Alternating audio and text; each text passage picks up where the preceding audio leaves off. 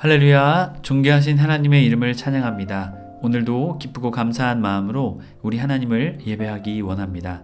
5월 21일 화요일 아침 예배를 하나님께 드리겠습니다. 기도하겠습니다. 은혜와 사랑이 풍성하신 하나님 아버지 감사합니다. 주님, 늘 주님의 은혜를 붙잡고 살아가는 우리 모두가 되게 하여 주시옵소서. 또한 주님의 은혜는 우리가 생각한 것 이상, 우리가 경험한 것 이상으로 놀랍고 큽니다. 늘 주님의 은혜를 기대하며 믿음으로 믿고 나아가는 우리의 삶과 신앙이 되게 하여 주옵소서. 우리 구주 예수 그리스도의 이름으로 기도드립니다. 아멘. 시편의 말씀으로 우리 하나님을 찬양하기 원합니다. 시편 119편 119절 120절 말씀입니다. 함께 봉독하겠습니다. 주께서 세상의 모든 악인들을 찌꺼기같이 버리시니 그러므로 내가 주의 증거들을 사랑하나이다. 내 육체가 주를 두려워함으로 떨며 내가 또 주의 심판을 두려워하나이다. 아멘. 오늘 우리에게 주신 하나님 말씀은 사도행전 9장 32절에서 43절까지의 말씀입니다. 매일 성경 75페이지에 있습니다. 함께 합독하여 읽겠습니다. 그때 베드로가 사방으로 두루 다니다가 루다에 사는 성도들에게도 내려갔더니 거기서 애니아라 하는 사람을 만나매 그는 중풍병으로 침상 위에 누운 지 8해더라. 베드로가 이르되 애니아야, 예수 그리스도께서 너를 낫게 하시니 일어나 내 자리를 정돈하라 한데 곧 일어나니 루다와 사론에 사는 사람들이 다 그를 보고 주께로 돌아오니라. 요파에 다비다라 하는 여자자가 있으니 그림을 번역하면 도르가라. 선행과 구제하는 일이 심히 많더니 그때에 병들어 죽음에 시체를 씻어 다락에 놓이니라. 루다가 요파에서 가까운지라 제자들이 베드로가 거기 있음을 듣고 두 사람을 보내어 지체 말고 와 달라고 간청하여 베드로가 일어나 그들과 함께 가서 이르매 그들이 데리고 다락방에 올라가니 모든 과부가 베드로 곁에 서서 울며 도르가가 그들과 함께 있을 때에 지은 속옷과 겉옷을 다 내보이거늘 베드로가 사람을 다 내보내고 무릎을 꿇고 기도하고 돌이켜 시체를 향하여 이르되 다비다야 일어나라 하니 그가 눈을 떠 베드로를 보고 일어나 앉은지라. 베드로가 손을 내밀어 일으키고 성도들과 과부들을 불러 들여 그가 살아난 것을 보이니 온 요파 사람이 알고 많은 사람이 주를 믿더라. 베드로가 요파에 여러 날 있어 시몬이라는 무두장이의 집에서 머무니라. 아멘. 할렐루야. 오늘 하루의 첫 시작을 주님께 나아감으로, 주님의 말씀으로, 또한 주님께 기도함으로 시작하는 해림의 모든 성도님들을 주님의 이름으로 축복합니다. 오늘은 고치고 살리고 넘어서다라는 제목으로 은혜의 말씀 나누고자 합니다. 이제 잠시 사울의 이야기가 중단됩니다. 그리고 베드로의 이야기가 시작됩니다. 베드로의 행전이라고 불리는 9장 32절부터 12장 24절까지의 말씀, 베드로를 중심으로 한 이 세 가지 이야기, 이적, 회심, 추록, 이 이야기가 전개됩니다. 베드로는 팔레스타인 서부 지역 순회 전도 사역을 진행하게 됩니다. 앞선 1절부터 31절까지는 사울의 회심 사건이 나타납니다. 32절부터 43절은 베드로의 사역, 이방 사역의 중심, 이제 베드로에서 바울에게로 점차 옮겨가게 되죠. 또한 베드로도 전도의 방향이 점차 이방으로 가게 됩니다. 이방 선교의 기초가 열려지게 되고 있는 것이죠. 오늘 말씀 32절부터 35절까지에는 루다에서 애니아를 고치게 됩니다. 팔레스타인 모든 교회가 박해 가운데 있었습니다. 그러나 수적으로는 또한 증가하게 되죠. 베드로는 팔레스타인 서부 지역 전도 여행을 떠나게 됩니다. 어쩌면 베드로가 첫 예루살렘을 벗어난 전도가 시작되게 된 것입니다. 사마리아에서 전도를 했었죠. 또한 그 지역이 확장되고 있습니다. 자, 그때 베드로가 사방으로 두루 다니다가 전도 지역이 확장되었다라는 것이죠. 루다에 사는 성도들에게 내려갔더니, 자, 예루살렘의 박해를 피해서 갔던 사람이 아니라 이때 이 루다에 있는 성도들은 오순절 사건을 통해 그때 교인이 되었던 사람들이 베드로의 사역에 함께 하게 되었다라는 것이죠. 거기서 애니아라는 사람을 만남에 그는 중풍병으로 침상에 누운 지 8해더라. 자, 장기 환자입니다. 그리고 어떠한 치유의 가능성이 없는 사람이죠. 그리고 이름은 애니아라고 해서 헬라파 유대인이었 것으로 남성의 이름을 쓸 것으로 보게 됩니다. 그때 이 베드로가 어떻게 합니까? 34절 예수 그리스도께서 너를 낫게 하시니 마가복음 16장 17절 18절의 말씀대로 베드로도 치유하게 됩니다. 예수 그리스도의 참된 종이었던 베드로도 예수 그리스도의 이름으로 그 질병을 낫게 하고자 했다라는 것이죠. 일어나 내 자리를 정돈하라. 내 곧 일어나니. 자, 믿음을 가지고 정돈하라. 즉각적이고 단회적인 명령입니다.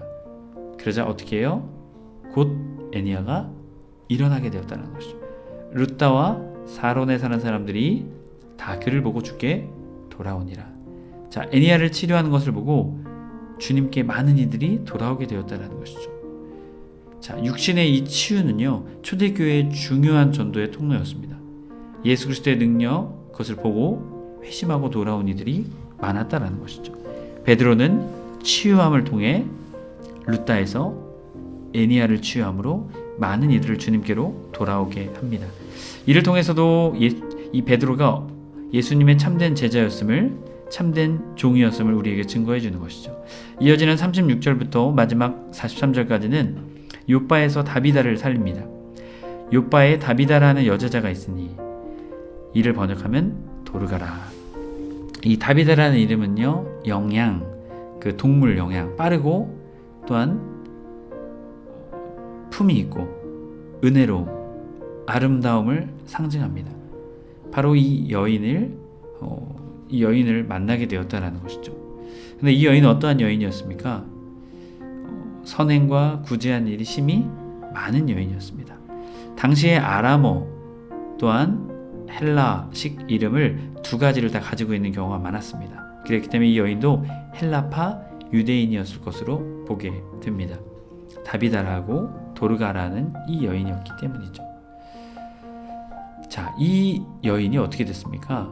37절 그때 병들어 죽음의 시체를 씻어 다락에 누이니라. 이 여인이 죽게 되었습니다. 그래서 시체를 씻어서 염이라고 하죠. 생명은 없고 완전히 끝났기에 염이기에 염을 해서 시체를 다락에 누웠다라는 것이죠. 이 다락이라는 의미가 참 좀 다른데요. 우리가 구약 성경에서도 보죠. 선지자들이 다락에 죽은 사람을 살리는 장면. 특별히 이 팔레스타인 지역에서는 죽으면 염을 해서 어떻게 해요? 동굴에 매장했습니다. 예수님도 어떻게 해요? 예수님 시체도 동굴에 넣었죠. 그런데 다락에 올려놨다는 것은 특별히 어떠한 이들이 기대가 있었다는 것이죠.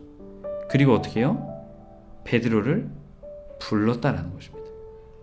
38절 루다가 룹바에서 가까운지라 제자들이 베드로가 거기 있음을 듣고 두 사람을 보내어 지체 말고 와달라고 간청하여. 지금 이들은 목적하는 바가 있었다는 것이죠. 다락에 이 도르가의 시체를 놓고 빨리 가서 베드로를 불러와라. 이 거리는요, 약 한 16에서 18km 정도, 다소 좀 먼 거리입니다. 그런데 사람을 보내었다는 것이죠. 왜 그랬을까요? 너무나 안타까웠던 것이죠. 어떻게 이렇게 선행과 구제를 하는 사람이 왜 죽게 되었을까? 이렇게 빠르게 죽게 되었을까?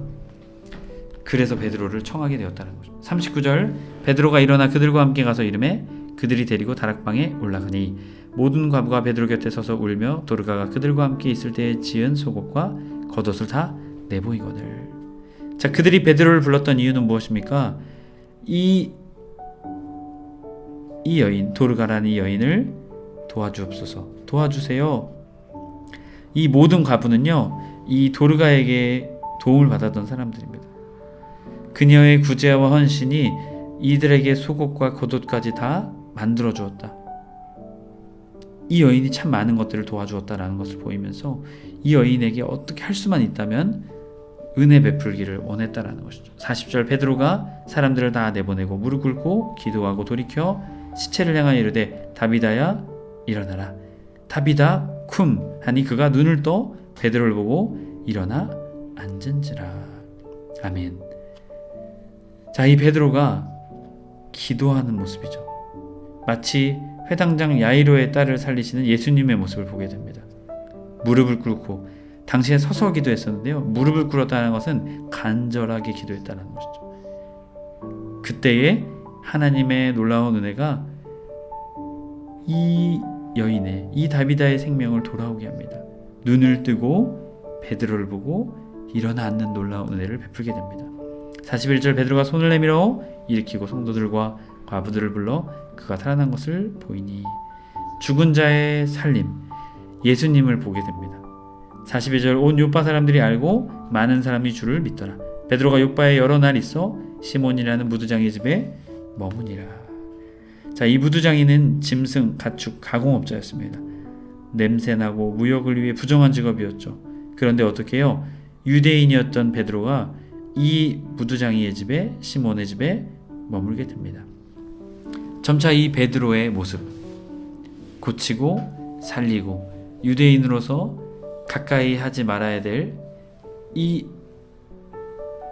지역, 예루살렘을 벗어난 지역에서 선교하는 모습을 통해 점차 베드로가 달라져 변화되어감을 우리는 보게 됩니다. 헬멧 성도 여러분, 우리가 주님을 믿고 살아가는 그리스도인으로서 우리 안에 있는 기준들과 여러 가지 또한 우리 안에 장벽들이 있습니다.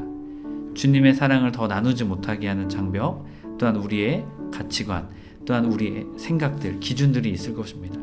하지만 오늘 베드로가 이렇게 시몬의 집에 유하고 이방 지역에 가서 복음을 전하게 되었던 것, 이것은 하나님의 뜻이었습니다. 그것에 순종했을 때 이러한 놀라운 일들이 일어나게 되었던 것입니다. 하나님의 성도 여러분, 우리의 삶도 마찬가지입니다. 우리도 우리의 기준, 우리의 어떤 것, 우리의 경험, 우리의 모든 것을 내려놓을 때 주님은 그 모든 것을 뛰어넘어 주님의 역사를 우리를 통해 이루실 줄 믿습니다. 저와 여러분이 그 믿음의 사람이 되길 주님의 이름으로 간절히 축복합니다. 아멘. 기도하겠습니다. 은혜와 사랑이 풍성하신 하나님 아버지, 감사합니다. 주님, 오늘 베드로가 이방인들, 이방 사람들에게 복음을 전하며 그의 발걸음을 넓혀갔습니다. 유대인으로 할 수 없는 것이지만 그의 생각이 주님을 통해 변화되게 되었습니다. 주님, 우리도 우리의 생각, 우리의 기준, 우리의 경험, 그 제한선에 두지 않고 주님의 역사하심을 기대하며 우리의 마음을 넓히며 우리의 기준을 넓히며 주님의 마음과 주님의 뜻으로 바라볼 수 있는 우리의 삶과 신앙이 되게 하여 주시옵소서. 그럴 때 베드로가 죽은 자를 살리며 나을 수 없는 자를 고쳤던 은혜처럼 우리의 삶에도 그러한 놀라운 변화와 치유와 역사하심을 경험하게 될 줄 믿습니다. 그 믿음의 사람 우리 모두가 되게 하여 주옵소서. 우리 구주 예수 그리스도의 이름으로 기도드립니다. 아멘. 주기도문으로 마치고 자유롭게 기도하겠습니다.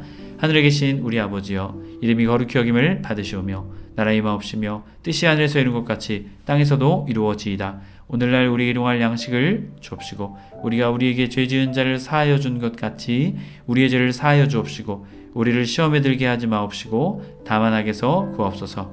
나라와 권세와 영광이 아버지께 영원히 있사옵나이다. 아멘.